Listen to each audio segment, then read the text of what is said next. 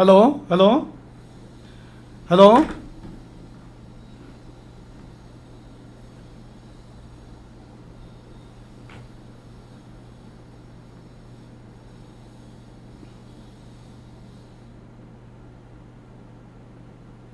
Class में कोई, अच्छा इस पे आ गई।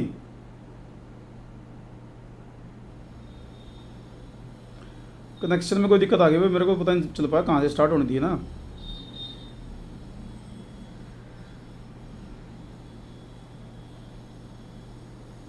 चलो स्टार्ट करें क्लास फिर।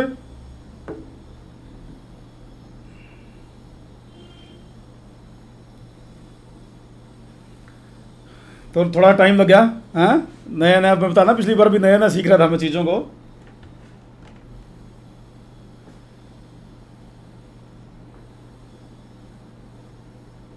चलिए पहला देखो, आज की जो क्लास है ना वो बेसिक कंसेप्ट से रिलेटेड है बेटा।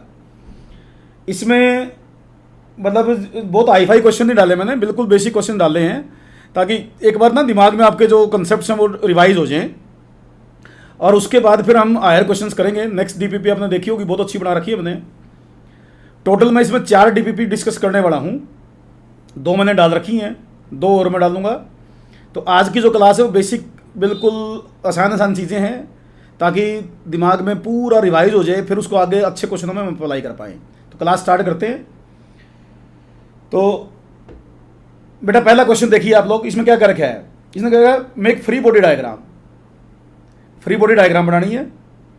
Also find normal forces eight all contacts, मतलब कॉन्टेक्ट फोर्स बताना है, नॉर्मल फोर्स, और फ्री बॉडी डायग्राम बनानी। जैसे ये एक ही ब्लॉक है इसके अंदर, तो इसमें अगर मैं फ्री बॉडी डायग्राम बनाऊँ इसकी 5 kg की, तो इस पर लगने वाले सारे फोर्स दिखाने हैं मुझे।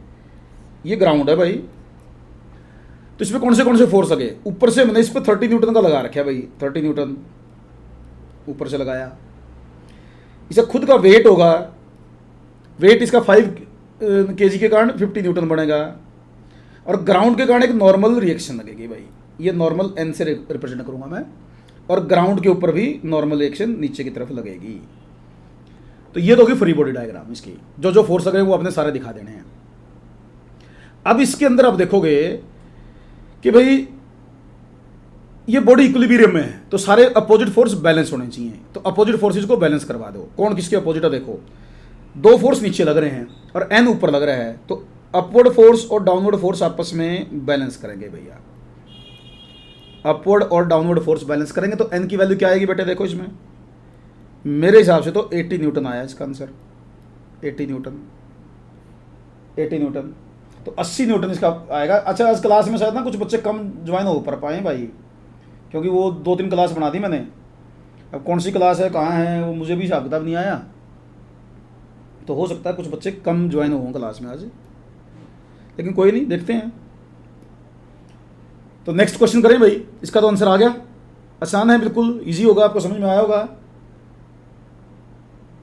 नेक्स्ट देखिए, देखो पहले वाले में हमने क्या करा था, फोर्स नीचे लगा रखा था, अब हम फोर्स ऊपर लगाएंगे।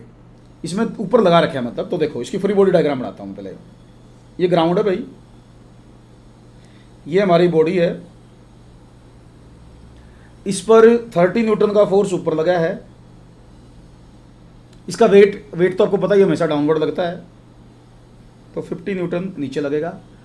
ग्राउंड के कारण नॉर्मल रिएक्शन ऊपर लगेगी, और भाई एक नॉर्मल रिएक्शन ग्राउंड पर भी लगेगी, वो डाउनवर्ड लगेगी।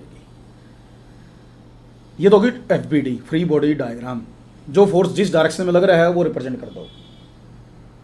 उसके बाद हमने देखना है कि एन की वैल्यू क्या होगी। तो बॉडी इक्विलिब्रियम होने के कारण सारे फोर्स बैलेंस कर दो। वर्टिकल डायरेक्शन में ही फोर्स लग रहे हैं इस पर्टिकुलर केस में भी, तो भाई ऊपर की तरफ 2 फोर्स लग रहे हैं, एन और 30, ये दोनों मिलके 50 को बैलेंस करेंगे। तो यहाँ से एन की वैल्यू अगर कैलकुलेट करोगे आप, तो 20 न्यूटन आएगी भाई। एन से मेरा मतलब है नॉर्मल फोर्स या नॉर्मल रिएक्शन, जो बॉडीज कॉन्टैक्ट में होती है तब ये लगता है। तो ये इसका 20 न्यूटन इसका आंसर आएगा। उम्मीद करता हूँ समझ में आया होगा, कर भी रखा होगा आपने क्वेश्चन ये। नेक्स्ट देखो बेटा, हाँ वही बच्चों को चैट नहीं आ रही ना, इसका मतलब बच्चे दूसरी क्लास में होंगे भाई, वो दूसरी क्लास की इंतजार कर रहे होंगे, आएगी नहीं आएगी क्लास, आएगी नहीं आएगी क्लास। कोई नहीं, बाद में देख लेंगे, क्वेश्चन तो सोल्व करवा ही देता हूँ। अब इसको देखो, the following system are in equilibrium, find normal force at all contacts. जहाँ जहाँ कॉन्टेक्ट है हर जगह बताना है।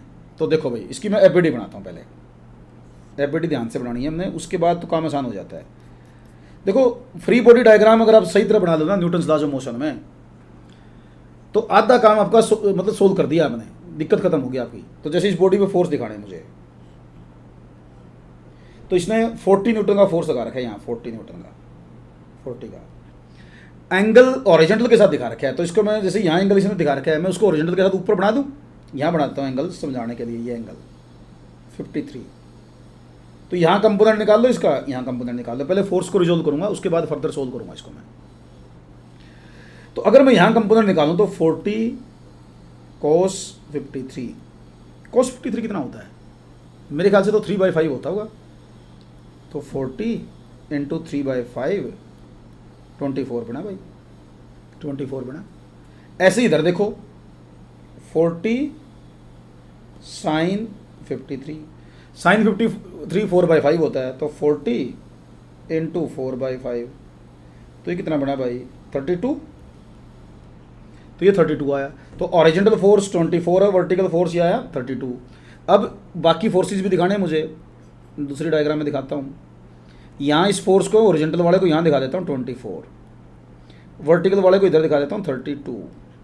इसका वेट ग्राउंड के कारण जो, सॉरी इसकी खुद के मास के कारण लगेगा 180। नॉर्मल फोर्स ऊपर, ये नॉर्मल फोर्स ग्राउंड ने लगाया, ये ग्राउंड के ऊपर लगाया, ये ग्राउंड है भाई। अच्छा, एक नॉर्मल फोर्स यहाँ भी लगेगा ना, इनके यहाँ कॉन्टैक्ट है, जैसे यहाँ कॉन्टैक्ट है, यहाँ भी लगेगा। तो एक इसको मैं N1 कह देता हूँ, इसको मैं N2 कह देता हूँ। ऐसे ही ये N1 था, इधर भी लगेगा N2। ये सारे फोर्सेस एफबीडी में दिख रहे हैं आपको। अब इक्विलिब्रियम में है लिखा हुआ इसने, तो अपोजिट फोर्स बैलेंस करवा दो। कौन किसके अपोजिट है देखना, N2 इधर है, 24 इधर है, तो N2 की वैल्यू तो आ गई 24, इसमें तो कोई डाउट ही नहीं बचना चाहिए। अब देखो N1 ऊपर है, 180 नीचे है, 32 नीचे है। तो N1 मेरे हिसाब से आया भाई 180 प्लस 32। ये सारे फोर्सेस N1 N2 आपके आगे, जिसने नॉर्मल डायरेक्शन पूछी है वो निकल जाएगी आपकी। हाँ बच्चों, तो नॉर्मल फोर्स देख लो भाई क्या आएगा। एक मिनट भाई, मैंने टीवी पे भी चलाने की कोशिश की था, फंड तो सारे कर रहा था मैं। हाँ, V plus institute live stream 25 watching. अच्छा, मैसेज एक कभी नहीं आ रहा, क्या बात है? मैसेज एक कभी नहीं आ रहा।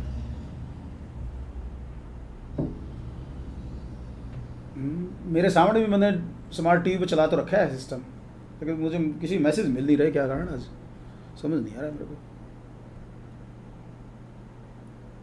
नेक्स्ट क्वेश्चन देखते हैं भाई।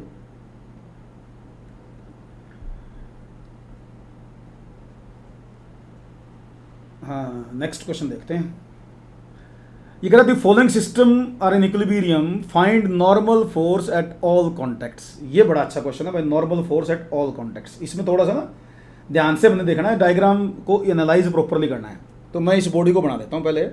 देखो भाई, इस स्फीयर को दिखा दूँ पहले मैं केवल, और इस स्फीयर पर जैसे ये सेंटर है, तो जो भी नॉर्मल फोर्स लगेगा वो लगेगा अलोंग द सेंटर या टुवर्ड्स द सेंटर या पासिंग थ्रू द सेंटर। तो जैसे एक तो यहाँ से लगेगा इधर से, और एक इधर से भी लगेगा, यहाँ से दोनों साइड से लगेगा। मैं जैसे इधर ए सरफेस है तो इसके फोर्स को बोल रहा हूँ NA, इधर बी बोल रखा है सरफेस को, तो इसको बोल रहा हूँ मैं NB। ये फोर्सेज लगेंगे इसके ऊपर भाई। और अब हमें NA और NB की वैल्यू निकालनी है, NA और NB की वैल्यू निकालनी है। इसका खुद का वेट भी है। इसका मास कितना दे रखा है इसने? मास दिया नहीं, 100 kg है तो 1000 हो गया भाई, 100 kg है तो 1000 इसका वेट हो गया, ये डाउन बढ़ा गया। अब ये NA और NB मुझे निकालना, तो मैं इनकी लाइंस को आगे बढ़ाता हूं भाई। ये इधर होगी, ये इधर होगी, कोई डाउट मेरे ख्याल से कोई नहीं रहना चाहिए। ये हो गया। तो ये एंगल जब ज्योमेट्री से निकालोगे ना, ये एंगल, तो ये एंगल आपका ज्योमेट्री से देखोगे तो भाई ये 37 बनेगा। इधर 37 है तो ये ऊपर ज्योमेट्री से 37 आएगा, निकाल के देखोगे तो आप 37। और इस NA को मैं आगे बढ़ा दूँ, एन ए को समझाने के लिए यहाँ बना देता हूँ, बढ़ा लिया मैंने, इसको रिजोल्व कर लेता हूँ। अब इधर कंपोनेंट आ जाएगा एन ए कॉस 37 और बेटा इधर कंपोनेंट आ जाएगा एन ए साइन 37। ये कंपोनेंट्स आ गए। अब अपोजिट फोर्स बैलेंस करवा दो, अपोजिट फोर्स बैलेंस करवा दो, देख लो क्या आएगा। अगर मैं अपोजिट फोर्सेज को बैलेंस करूँ तो कौन किसके बराबर आया, देखो एन ए कोस 37, कोस 37 कितना होता है, कोस 37 मेरे ख्याल से 4/5 होता है भाई, 4/5 कोस 37 4/5 होता है, हाँ 4/5 होता है। तो 4/5 equal to 1000। Vertical force balance करवा रहा हूँ, ये वाले एक नीचे लग रहा है एक ऊपर लग रहा है। तो एन ए 5000/4 तो 1250 आ गया भाई, 1250 इसका आंसर आ गया। अब ओरिजेंटल फोर्स भी बैलेंस कर दो, तो ये एन बी है, ये एन ए साइन 37 है, तो एन ए साइन 37 कितना होता है 3/5, तो इक्वेट कर दो। एन ए की वैल्यू थी 5000/4 इंटू 3/5, ये कट गया भाई। तो एन बी मेरे ख्याल से आया भाई 3000/4, तो 3000/4 कितना होगा बेटे 750, 750, 750 आंसर आएगा। तो इसका आंसर 750 आ गया। ये 750 हो गया, ये 750 हो गया, सॉरी 1250 हो गया। ये दोनों क्वेश्चंस के आंसर, दोनों मतलब नॉर्मल रिएक्शंस के आंसर इस तरीके से निकल जाने चाहिए। उम्मीद करता हूँ समझ में आएगा। ज्योमेट्री से ये एंगल देख लेना भाई, ये मैंने 37 कैसे लिखा, क्योंकि इस पर ज़्यादा टाइम लगाने की जरूरत नहीं है इस टाइम पर। उम्मीद करता हूँ आप समझ जाओगे कि कैसे निकाला मैंने 37 एंगल ये। नेक्स्ट क्वेश्चन पर चलते हैं बेटा। अरे ये भी ठीक बना रखा है भाई। नेक्स्ट में देखो 5वां क्वेश्चन में भी डायग्राम ही के ऊपर ही बेस्ड है मेन, तो आपने अगर एंगल वैंगल प्रॉपर बना दिया ना फिर कोई दिक्कत नहीं है। देखो ये स्फीयर बनाता हूँ, इसका सेंटर है 50 किलोग्राम का ना, यो इसका वेट दिखाओ पहले तो 500 वेट होगा। तो दोनों सरफेस जैसे ये वाला सरफेस है, ये वाला सरफेस, ये वाला सरफेस भी नॉर्मल रिएक्शन लगाएगा, ये सरफेस भी नॉर्मल रिएक्शन लगाएगा। तो एक नॉर्मल रिएक्शन यहाँ से लगेगी, एक नॉर्मल रिएक्शन यहाँ से लगेगी, दोनों सेंटर की तरफ होंगी। तो दोनों सेंटर की तरफ होंगे, तो मैं यहाँ दिखा रहा हूँ नॉर्मल रिएक्शन, सेंटर वाली लाइन ड्रा कर दूँ एक बार, ये लाइंस, और एक इधर से भी आएगी भाई, उसकी भी जरूरत पड़ेगी ना हमने, इधर से भी। तो एक नॉर्मल रिएक्शन जैसे इस तरफ से लगी, एक इस तरफ से लगी, मैं इसको बोल देता हूँ N1, मान लो ये N1 है और ये है N2, तो ये मैंने निकालनी है। इस लाइन को एक बार ऊपर बढ़ा लूँ, देखो अब मेन है एंगल्स। अगर ध्यान से ज्योमेट्री से देख लो आप तो आपका आंसर आ जाएगा। एंगल्स अगर ध्यान से देख लो तो मेरे ख्याल से तो भाई एंगल में अगर बढ़ाऊँ तो ये एंगल 60 बनेगा, ये एंगल भी 60 बनेगा। बोलो बेटा N1 यहाँ मान लेता हूँ एक बार आगे बढ़ा के, और N2 को यहाँ मान लेता हूँ आगे बढ़ा के, रिजोल्व कर लूँगा। इधर आया N1 cos 60, N2 cos 60, दोनों ऊपर आएंगे। ये ऑरिजेंटल के अलॉन्ग देखूँगा तो N1 sin 60, N2 sin 60, इससे तो ये दोनों बराबर आ गए N1 N2। तो देखो एक बार N1 N2 हैं तो बराबर भाई। अब N1 N2 इक्वल हैं और हमें N1 N2 की वैल्यू चाहिए, N1 N2 की वैल्यू चाहिए भैया। तो N1 cos 60 plus N2 cos 60 both are equal, दोनों का सम 500 के बराबर। तो इसको 2N1 cos 60 कितना होता है 1/2, 500। तो मेरे ख्याल से तो N1 आ गया यहाँ से 500, 2 से 2 कटने के बाद N1 भी आएगा, N2 भी यही आएगा। देख लेना एक बार कैलकुलेशंस मैंने ठीक की है कि नहीं की है, कैलकुलेशन जरूर चेक कर लेना। कंसेप्ट तो मैं समझा दूंगा जो है, कैलकुलेशन आपने साथ साथ करनी है। आपकी आज चेक नहीं आ रही तो मज़ा नहीं आ रहा मुझे भी, कि पता नहीं चेक क्यों नहीं आ रही है। आपके आंसर आ रहे थे ना, तो परसों तो बहुत अच्छा लग रहा था।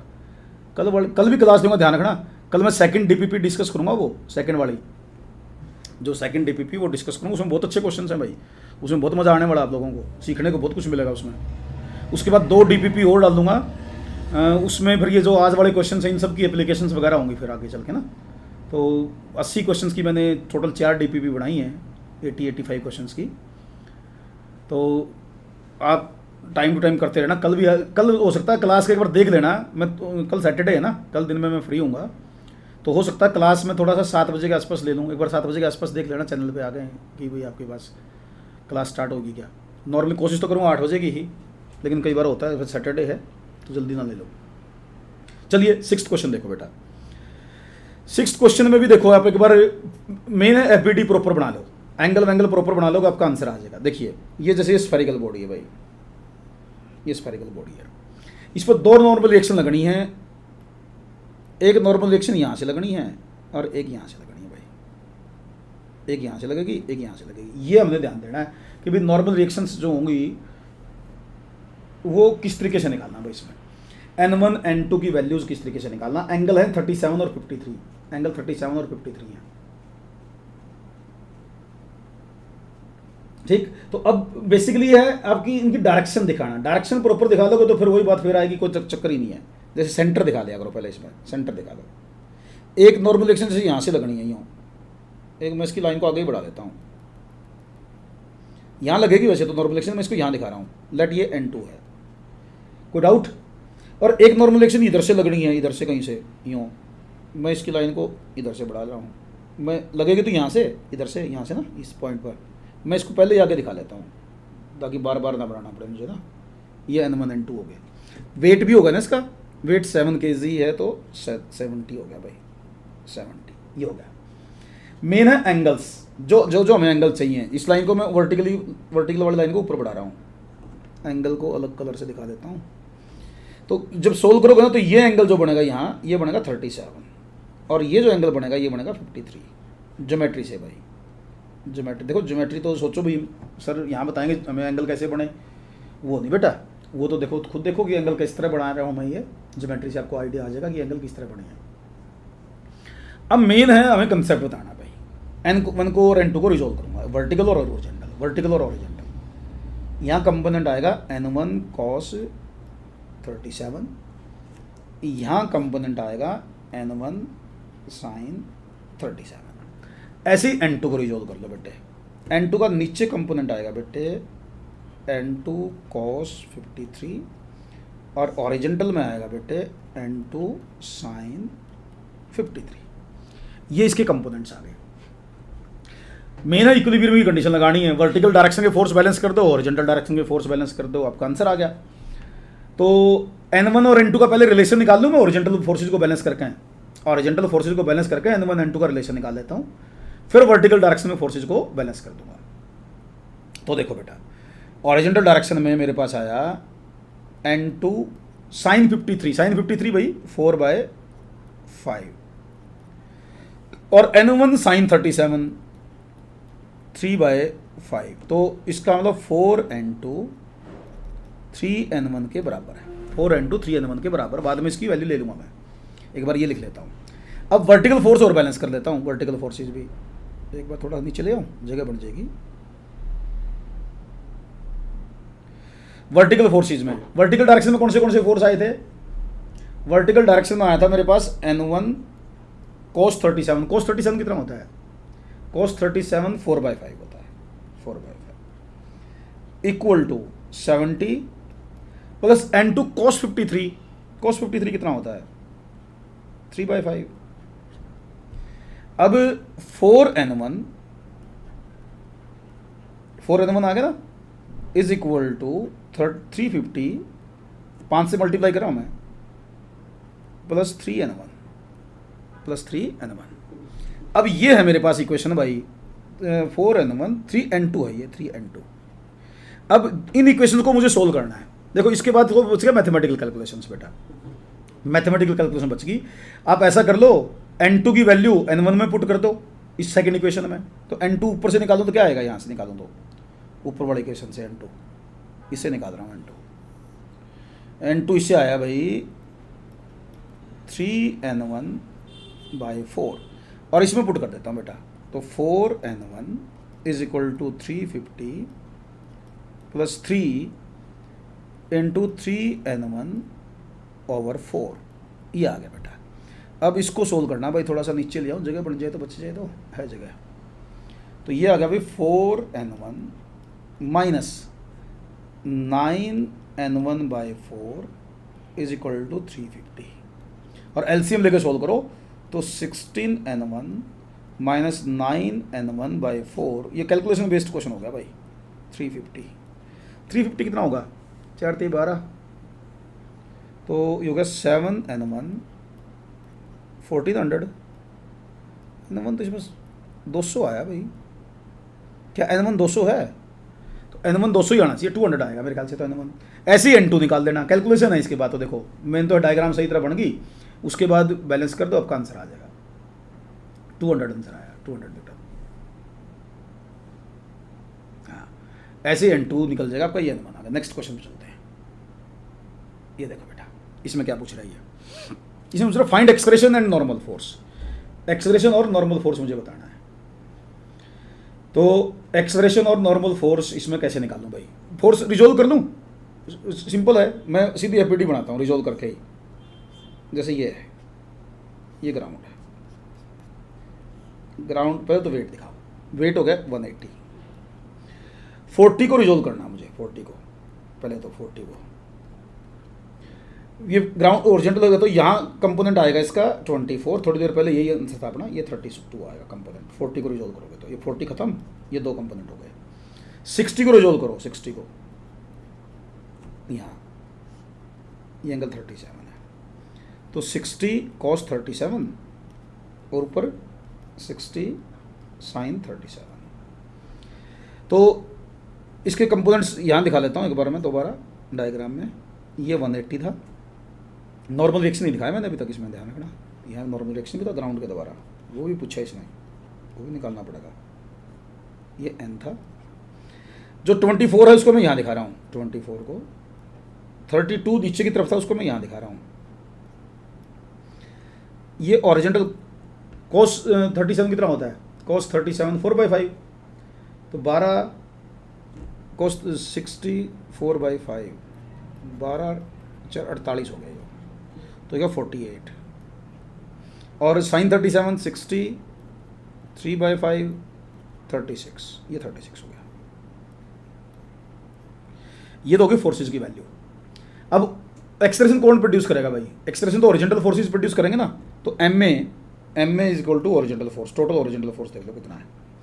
M A is equal to horizontal force, एक तो 24 है, एक 38 है, 48 है, तो 24 + 30 48 72, तो 18A इज इक्वल टू 72। तो ए कितना आया देख लो भाई, 4 आया, एक्सप्रेशन 4 आ गया, तो ए आ गया। उसके बाद देख लेना कैलकुलेशन में, कहीं मैं गलत ना कर जाऊँ, कोई फिर बाद में कहो जी सर ने तो गलत निकाल दिया आंसर। कैलकुलेशन देखते रहना। तो उसके बाद अब नॉर्मल रिएक्शन के लिए वर्टिकल फोर्स बैलेंस कर दो बेटा। वर्टिकल फोर्स बैलेंस करोगे तो आपके नॉर्मल फोर्स आ जाएगा। कर ही देते हैं, देखो डाउनवर्ड 32 180, अपवर्ड 36 n, तो बेटा n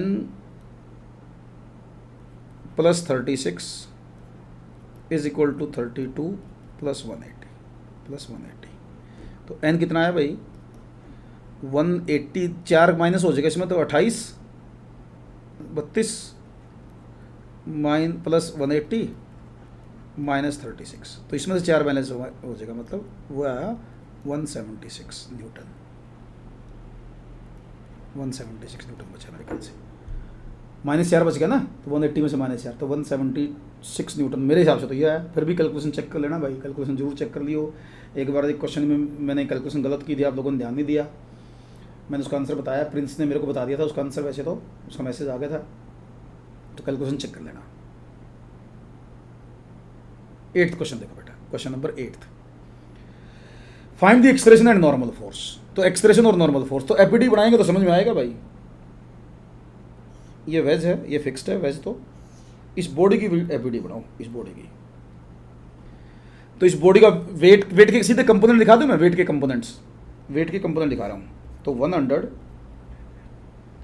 sin 37 यहाँ कंपोनेंट आएगा, और इधर कंपोनेंट आएगा 100 cos 37। यहाँ से नॉर्मल फोर्स आएगा, यहाँ से नॉर्मल फोर्स आएगा, और इसके कंपोनेंट और आएंगे भाई।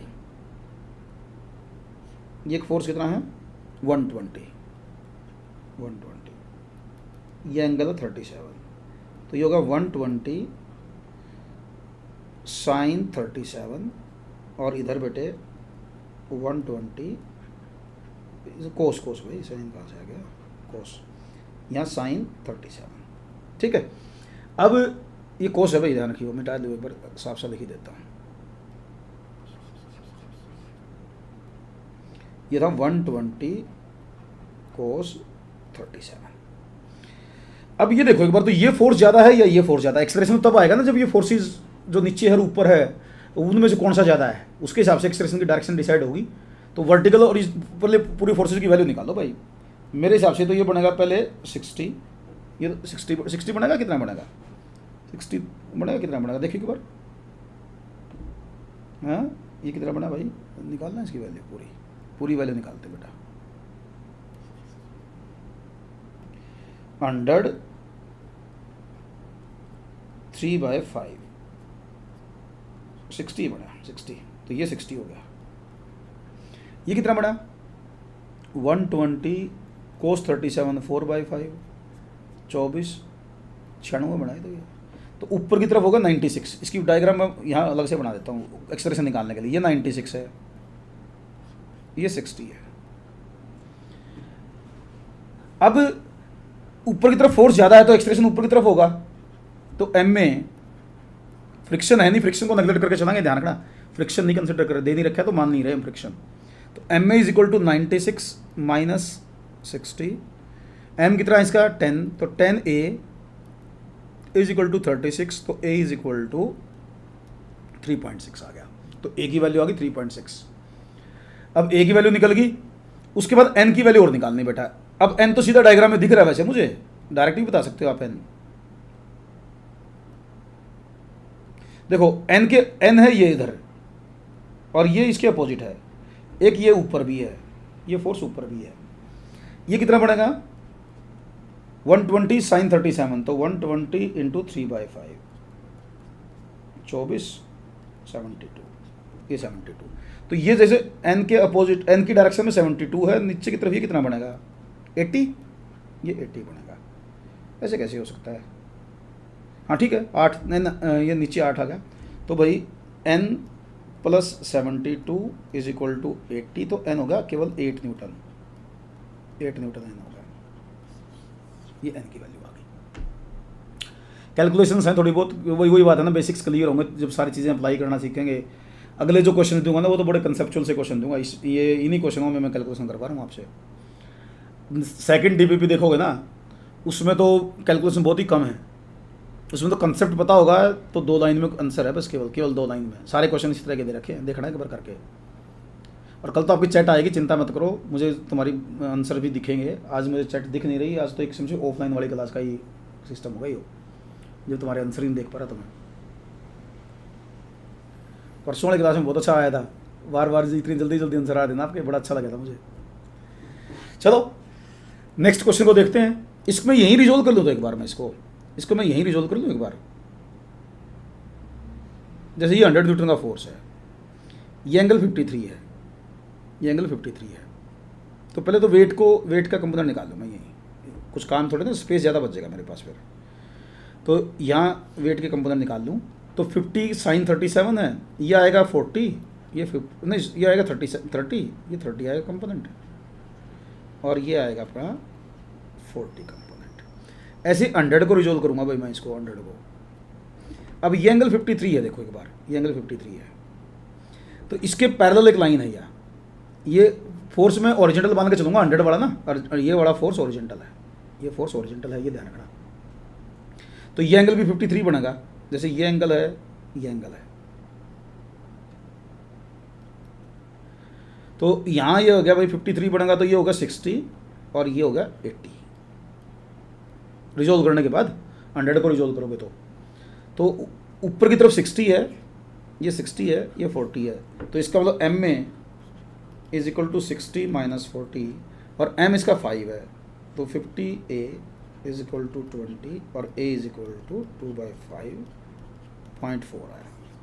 और n अगर दिखाऊंगा तो n यहाँ से लगेगा, n, तो n के अपोजिट ये है और ये है, तो n हो गया बेटा 80 प्लस 30, 110 न्यूटन। ये आंसर आएगा 110 न्यूटन। मेरे ख्याल से देखना है पर कैलकुलेशन करके, क्या यही आंसर है? मेरा इस पर साफ नहीं दिख रहा यार।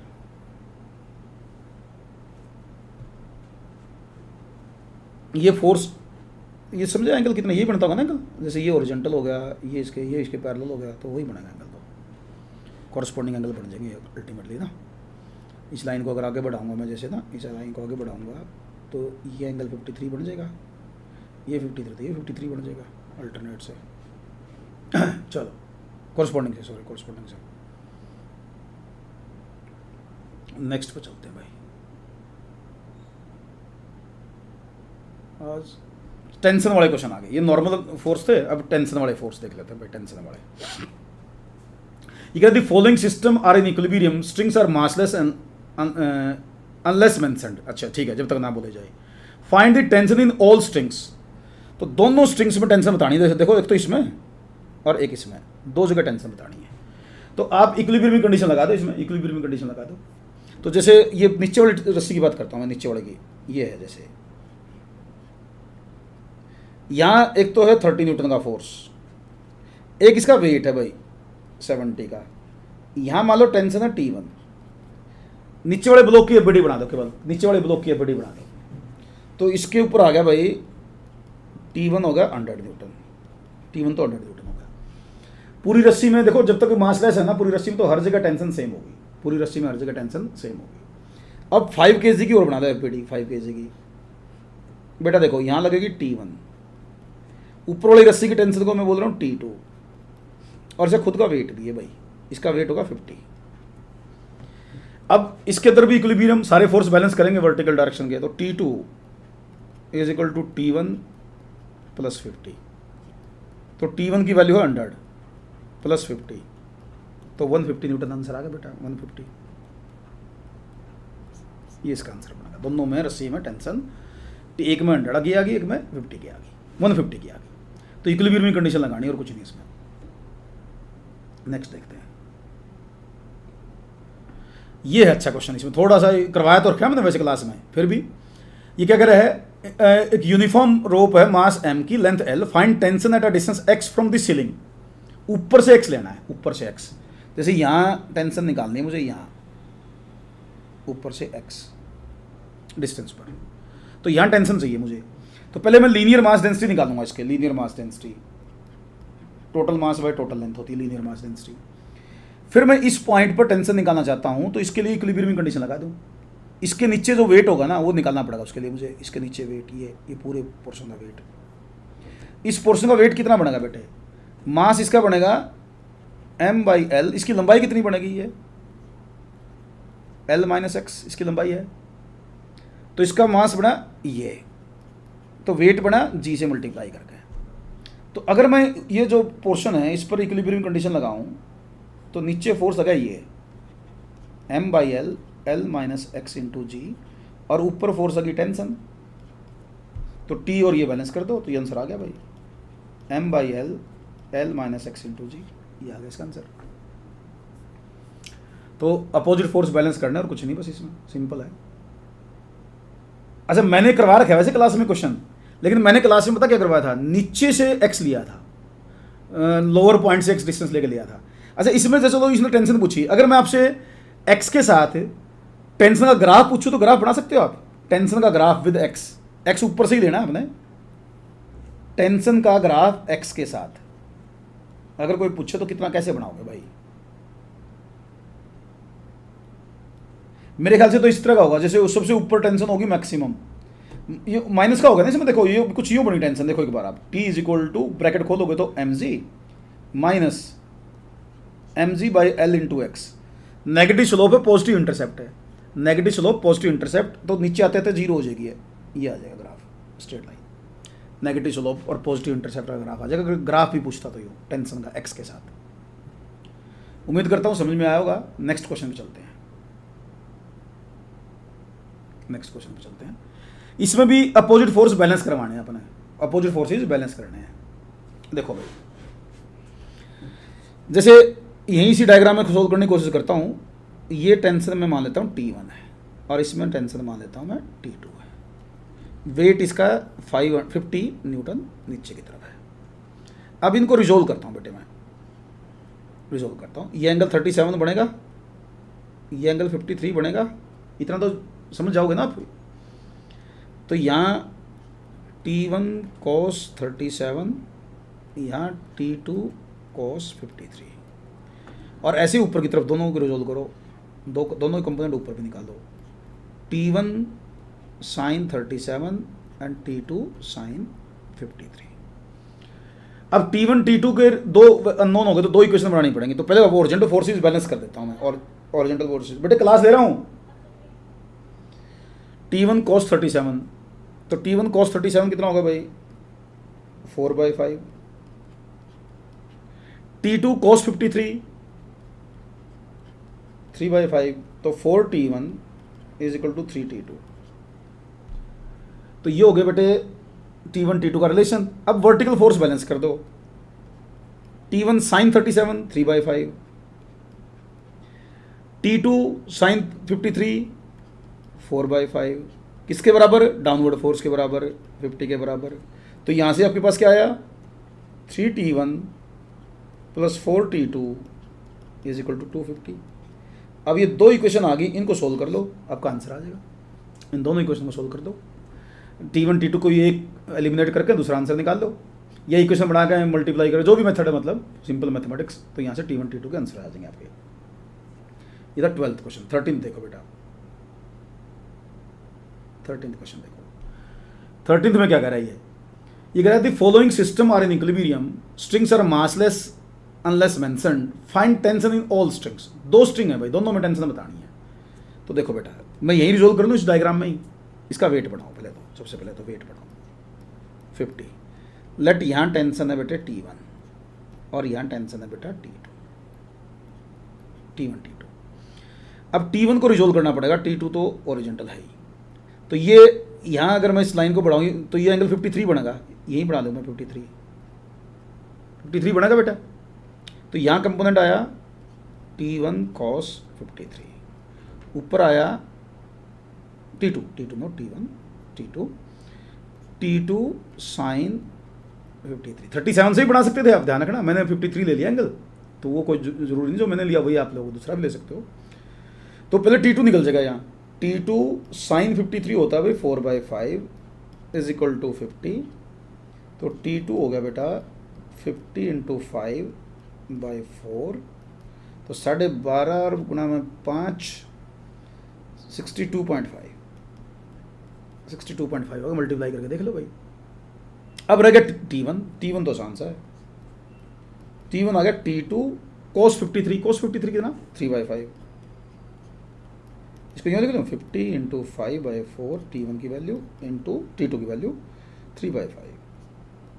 5 से 5 कट गया, तो T1 आया भाई 150/4 मतलब 75/2, 37.5 आ गया, 37.5 आ गया, 37.5। तो ये दो आंसर आ गए बेटे अपना, एक ये आ गया, एक ये आंसर आ गया। कैलकुलेशन थोड़ी फास्ट कर दी मैंने, कहीं सोचो जल्दी निपटा दिया सर ने, हाँ। लेकिन कैलकुलेशन में ज़्यादा टाइम भी लगाना है ना, कैलकुलेशन में ज़्यादा टाइम भी नहीं लगाना। नेक्स्ट क्वेश्चन देखते हैं बेटा। ये तो आसान है, फिक्स्ड पुली का क्वेश्चन है ये तो, सीधा एटूड मशीन का क्वेश्चन है। एटूड मशीन सोल्व कर दो। इसमें तो नेट पुलिंग फोर्स देख लो, जैसे इसका फोर्स इधर लगा वेट 100 न्यूटन, इधर लगा 50। 100 वाला चलाने की कोशिश करेगा, 50 वाला रोकने की कोशिश करेगा। तो ए क्या होता है, नेट पुलिंग फोर्स, एक मेथड बता रहा मैंने, net pulling force by total mass, जो हमने चलाना है बाय टोटल मास। तो net pulling force by total mass, तो नेट पुलिंग फोर्स कितना है भाई 100 माइनस 50, और टोटल मास कितना चलाना है 15, 10 5 + 10 मतलब, तो 50/15, 5 से काटो 10/3, ये आंसर आ गया। बिल्कुल आसान है। तो नेट पुलिंग फोर्स निकाल दो, नेट पुलिंग फोर्स, और उसको टोटल मास से डिवाइड कर दो। लेकिन ये नेट पुलिंग फोर्स वाला पता है आपको कंसेप्ट कब तक लगता है, ये तब तक लगता है जब बॉडी कनेक्टेड हो ना आपस में, उनके एक्सलेरेशन का मैग्नीट्यूड सेम हो। जैसे ये ए एक्सलेरेशन से नीचे आएगा, ये ए से नीचे आएगा, तो ये ए से ऊपर जाएगा, अगर इन दोनों की ए की वैल्यू बराबर है, मैग्नीट्यूड बराबर है, तो ये net pulling force by mass लगा सकते हो, वरना नहीं लगा सकते। जो सेकंड असाइनमेंट है ना अपना, सेकंड डीपीपी, उसमें बहुत सारे क्वेश्चन हैं जिनमें ये कंसेप्ट नहीं लगेगा, क्योंकि वहाँ एक्सप्रेशन अलग अलग आएंगे मैग्नीट्यूड वाइज। यहाँ एक्सप्रेशन के मैग्नीट्यूड इक्वल है, तो फिक्स्ड पुली में कई जगह ये अक्सर लग जाता है। अगर एक ही पुली और फिक्स्ड हो तो ये कंसेप्ट सीधा लग जाता है, आसान क्वेश्चन हो जाते हैं इसी पर। बस वो नेट पुलिंग फोर्स ध्यान से निकाल लो। ये वाला देखो, ये कहता है all strings are massless in pulley, find the expression of the blocks. तो इसमें भी क्या होगा, देखो ये 4 किलोग्राम इधर है, 5 किलोग्राम इधर है, तो अंडरस्टूड 5 वाला नीचे जाएगा। तो नेट पुलिंग फोर्स में केवल एक्सटर्नल फोर्स लेने होते हैं, इंटरनल फोर्स नहीं लेने होते नेट पुलिंग फोर्स में। तो एक्सटर्नल इधर से देखूंगा तो 50 न्यूटन का लग गया। टेंशन तो इंटरनल होता, पता होगा शायद आपको। तो इन दोनों का मिला के टोटल हुआ 40। तो एकदम से 50 खींचेगा और 40 रोकने की कोशिश करेगा। तो ए देख लो कितना होना चाहिए, 50 minus 40 divide by total mass. Total mass होगा 9, तो 10/9। आज ना वैसे मेरे अंदर जोश कम है, मेरे अंदर जोश कम है आज। कारण यही है कि आपके रिस्पॉन्स नहीं मिल रहे। जब रिस्पॉन्स मिलते तब जोश ज़्यादा आता है। आज तो वो हो रहा है, बस चल रहा है भाई, क्लास में सारे क्वेश्चन करवाने हैं बस। लेकिन लास्ट क्लास में बहुत अच्छा लगा था जब तुम लोगों ने ना इतने जल्दी जल्दी आंसर दिए थे। तो कल वाले क्लास में नहीं दिक्कत आएगी, चिंता मत करना। कल ये चैट बॉक्स जो आज बंद हो रहा है किस कारण से हो रहा है मुझे पता नहीं। मैंने बताया ना, मैं कभी ऑनलाइन खुद नहीं आता था। स्कूल जब इंस्टीट्यूट में था तो वो इंस्टीट्यूट में लड़के हैं वो कर देते थे। कल मैंने किसी के थ्रू एनिडेक्स के थ्रू करवाया था तो उसने करके दे दिया था। आज मैंने सोचा खुद करके देखता हूँ तो भाई थोड़ी बहुत प्रॉब्लम रहेगी। कल नहीं होगी, कल आपकी चैट्स मुझे दिखाई देंगी, चिंता मत करना। तो कल सेकंड डीपीपी लेकिन करके रखना। नेक्स्ट क्वेश्चन पे चलते हैं। पूरा सिलेबस रिवाइज करवा दूंगा अगर तुमने साथ साथ कर लिया ना काम एक बार। अगर जितने क्वेश्चंस मैं करवा रहा हूँ ये सारे क्वेश्चन भी कर लिए तो टॉपिक वाइज कोई प्रॉब्लम नहीं बचने वाली, देख लेना। इसमें न्यूटन्स लॉज ऑफ मोशन में ना 80 क्वेश्चन मैंने बताया, एक से बढ़ के एक दूंगा। पहले तो डीपीपी आसान है, तो केवल कंसेप्ट्स को रिवाइज करवाने के लिए। सेकंड डीपीपी देखना, थर्ड फोर्थ देखना, बड़े अच्छे कंसेप्चुअल क्वेश्चन बना के छांट के बड़ा टाइम लगा रहा हूँ, लेकिन करना साथ साथ। अब इसमें देखो चलो, इसमें एक ही इसका वेट है 50 न्यूटन का, 50 न्यूटन का। इसका वेट जो है वो ना चलाएगा ना रोकेगा। इसका वेट तो इसके ऊपर है, इसकी तरफ है, इसकी तरफ, तो उसको चलाने रोकने में कोई काम नहीं है। तो केवल एक ही पुलिंग फोर्स का काम करेगा। तो ए आ गया सीधा सीधा 50 divide by total mass that is 9। तो ये आंसर आ गया सिंपल। टोटल मास है 5 + 4, तो यहाँ से आपका रिक्वायर्ड आंसर बन गया। नेक्स्ट पे चलते हैं बेटा, नेक्स्ट पर। इसमें भी देखो, अगर इसको ध्यान से देखो आप, तो इधर है 1 किलोग्राम, तो इधर से 10 न्यूटन, ये 30 न्यूटन। इसका वेट जो 6 वाले का ना चलाएगा ना रोकेगा, कुछ नहीं करेगा। तो ये 30 वाला चलाने की कोशिश करेगा, 10 वाला रोकने की कोशिश करेगा। तो ये होगा net pulling force 30 - 10 divide by total mass. ये जैसे ए से इधर आएगा, ये ए से इधर जाएगा, ये ए से ऊपर आएगा। तो सब के अंदर ए बराबर है, सबके अंदर ए बराबर है, चलेंगे तीनों। तो मास में तीनों इंक्लूड होंगे, ध्यान रखना। तो 3 + 6 + 1, तो 20/10 2 आंसर आ गया। ये इसका आंसर 2 बनेगा। नेक्स्ट क्वेश्चन चलते हैं। हाँ ये देखो, देखने में थोड़ा बड़ा क्वेश्चन है, बाकी कुछ नहीं है, आसान सा है। इसको देखो, पुलिंग फोर्स में इसका जो वेट है ना बेटा, वेट का यहाँ कंपोनेंट वही पुलिंग फोर्स का काम करेगा। बाकी तो इसका वेट भी कुछ नहीं कर रहा, ये तो ग्राउंड की तरफ लग रहा है। तो चलाने में तो ये हेल्प कर रहा है। तो 200 sin 37, 200 sin 37, sin 37 कितना होता है 3/5। तो 200 3/5, ये 40, तो वही 120 न्यूटन आ गया। तो 120 न्यूटन चलाने की कोशिश कर रहा है, 120 न्यूटन। तो भाई ए कितना आएगा 120 divide by total mass. Total mass कितना है 20 + 10। चलना तो सब ने है ना, ये भी चलेगा। जैसे ये नीचे आएगा, ये इधर आएगा, तो दोनों मास चलेंगे। तो भाई ये कितना होगा, A = मेरे ख्याल से 4 मीटर/सेकंड² आ गया। 4 आंसर आ गया इसका। समझ में आ रही वो चीज़? ये तो उम्मीद कर रहा हूँ आसान है, खुद भी कर लिए हूँ क्वेश्चन ये देखो, इसमें देखो एक एंगल 53 है, एक 37 है, इसका वेट इधर, तो ये होगा भाई 1000 sin 37। इसके वेट का कंपोनेंट इधर 500 sin 53। वैल्यू कैलकुलेट करके देखो एक बार थोड़ी सी ना, कहीं वही होगा भाई 1000 साइन 37 3/5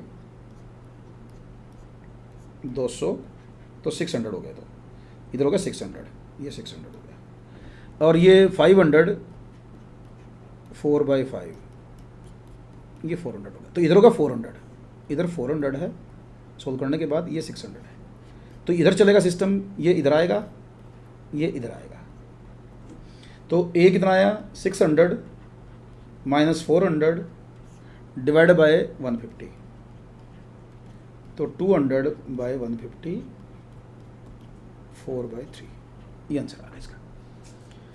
नेक्स्ट पे चलते हैं। नेक्स्ट क्वेश्चन देखो बेटा, हा, इसमें देखो नेट पुलिंग फोर्स, इसमें नेट पुलिंग फोर्स की बात है सारी। देखो इसका वेट है mg,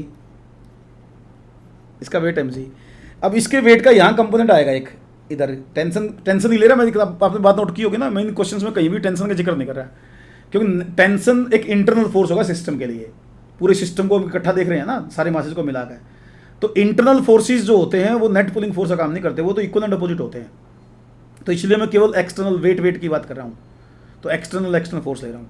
तो यहाँ अगर मैं सोल्व करूँगा तो ये mg/2 आएगा मेरे ख्याल से ना, साइन 31/2 होता है, तो ये भी चलाने के में हेल्प करेगा, ये भी, जैसे ये नीचे आएगा इधर, ये इधर आएगा, तो ये भी चलाने में हेल्प कर रहा है, ये भी चलाने में हेल्प कर रहा है, तो दोनों ही चलाने में हेल्प करें, तो ए कितना आया mg प्लस mg/2/2m, तो ए आया भाई 3g/4, देखो सोल्व करके 3g/4 आया। बड़ा अच्छा क्वेश्चन है, इसमें थोड़ा ध्यान देना, हाँ इस क्वेश्चन में थोड़ा ध्यान देना भाई, अच्छा दे रखा है ये। नेक्स्ट क्वेश्चन देखो, ये भी, इसमें भी ध्यान देना है, नेट पुलिंग फोर्स निकालने में थोड़ा सोचना है। देखो इसका कंपोनेंट यहाँ आएगा m1g साइन अल्फा, इसका देखो ये एंगल अल्फा, तो इसका यहाँ कंपोनेंट आएगा m2g साइन बीटा, ये इधर आएगा, ये इधर आएगा। अब ये दोनों ही कंपोनेंट जो आए ना वेट के इंक्लाइंड प्लेन्स के पैरेलल, दोनों ही सपोर्ट कर रहे हैं मोशन को, दोनों ही नीचे की तरफ लेके आने की कोशिश कर रहे हैं, तो नेट पुलिंग फोर्स में दोनों ऐड होके आ जाएंगे। तो ए क्या आया, ए आया m1g साइन अल्फा, नीचे वाला m1 है ना, plus m2g sign beta divide by total mass m1 plus m2, तो डायरेक्ट आंसर आ गई। नेट पुलिंग फोर्स देख लो ना, दोनों ही सपोर्ट कर रहे हैं मोशन को, दोनों की टेंडेंसी नीचे लेके आने की सिस्टम को, तो इसलिए दो टोटल जो पुलिंग फोर्स है वो दोनों के सम के बराबर है, और टोटल फोर्स को हमने मास से डिवाइड कर देना, ए आ जाएगा। तो ये क्वेश्चन हो गया भाई, और तो नहीं है कोई क्वेश्चन, यही थे, इतने ही क्वेश्चन थे भाई इसमें। अब ये देखो बेटा, ये तो आपको लगा होगा थोड़ा सा इजी असाइनमेंट है, इजी दिया था मैंने, जानबूझ के इजी दिया था थोड़ा सी प्रैक्टिस करवाने के लिए। नेक्स्ट असाइनमेंट को कल तक सोल्व करके रखो आप, जो मैंने दिया है उसके सारे क्वेश्चन एज इट इज़ मैं सारे पूरे सोल्व करूँगा, आपसे क्वेश्चन के आंसर भी पूछूंगा, और आपको मैं सारा पूरा एक्सप्लेन करके बताऊँगा उसको, उसमें जो शॉर्टकट मेथड लगेंगे वो सारे शॉर्टकट मेथड करवाऊँगा, तो करके रखना। नेक्स्ट DPP फिर मैं DPP एक कल और अपडेट करूँगा मैं, वो हम संडे को करेंगे। फिर 4 DPP टोटल हम इसमें न्यूटन्स लॉ में करेंगे, 3 DPP मैंने बना रखी है फ्रिक्शन की, फिर 3 DPP हम फ्रिक्शन में करेंगे। ठीक है बेटा, आज की क्लास यहीं रोक रहा हूँ मैं, ठीक है, आपकी चैट नहीं आ पाई इसके लिए मुझे सॉरी उसके लिए, ठीक है, मिलते हैं बेटा कल मिलते हैं सेम टाइम पर।